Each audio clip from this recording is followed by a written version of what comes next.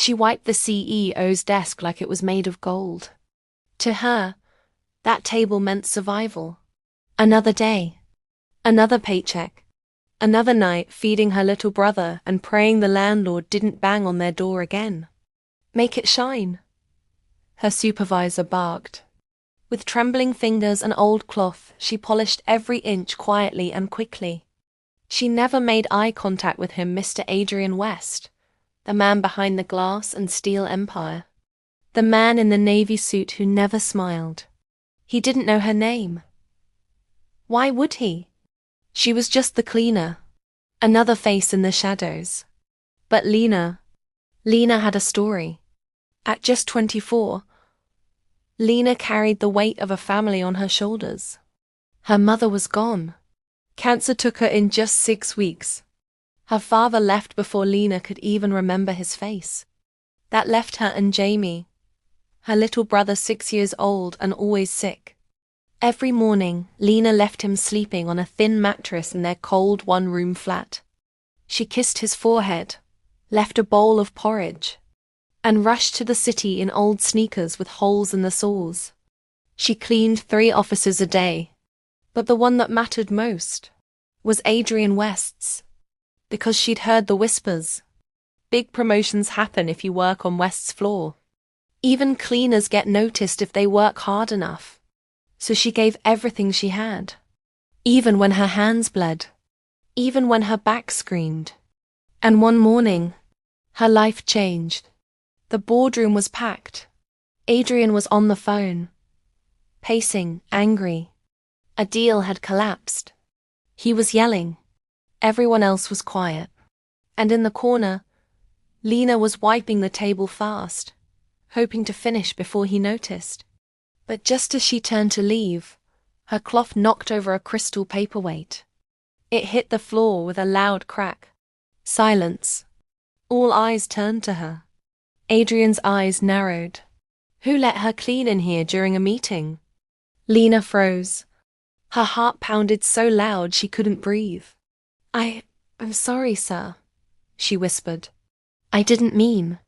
Get out, he snapped. She picked up the broken pieces with shaking hands, tears burning in her eyes, and ran. That night she cried for hours. Not because of the shouting. She was used to that. But because she was tired, so tired of being invisible. The next day, Adrian walked into his office. Spotless. Not just clean but shining. His desk, his shelves, the floor. It all gleamed. There was a note tucked under his keyboard. I'm sorry for yesterday. I'll be more careful. Lena, cleaner number 8. He stared at the note. Cleaner number 8? Something about the handwriting, small, careful, neat, stuck in his mind. He shrugged it off until he started seeing her again. Quiet, focused, always working, never speaking. But one day he stayed late, and that's when he saw her crying in the supply room. She didn't know he was there. He didn't move, just watch. Her face in her hands, her shoulders shaking. And he realized she was just a girl, falling apart. The next morning he called HR. Find out who the cleaner is on my floor. I want her reassigned. That afternoon, Lena was pulled aside. You're moving, her supervisor said. CEO's personal floor. Big deal, don't mess it up. She was stunned. From then on, Lena saw him more often.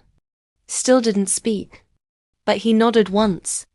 And then again, the next day. And one evening, as she wiped his desk, he said softly, You're always the first to arrive. She looked up, startled. Yes, sir. Why?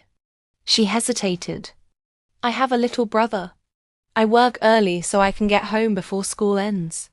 He didn't reply, just watched her. And that's when it started. The quiet conversations. The lunches he accidentally left on the desk for her. The cab rides home on rainy days. And the way he started saying, Good morning, Lena. Like her name meant something. She never asked for more.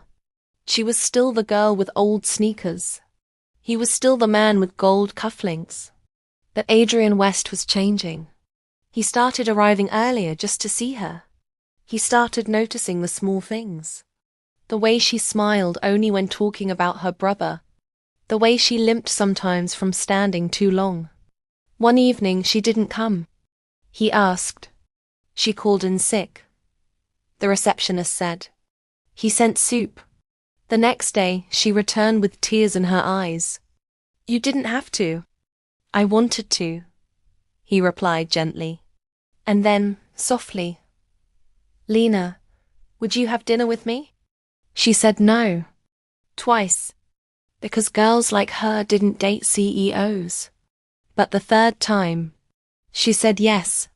Dinner was simple, quiet. He asked about her childhood. She asked why he always looked sad when he thought no one was watching. They talked about pain, loss, dreams. And slowly, Lena became more than a cleaner. She became the reason he smiled. The reason he came home early. The reason he stopped drinking alone at night. 6 months later, he walked into the office with a ring.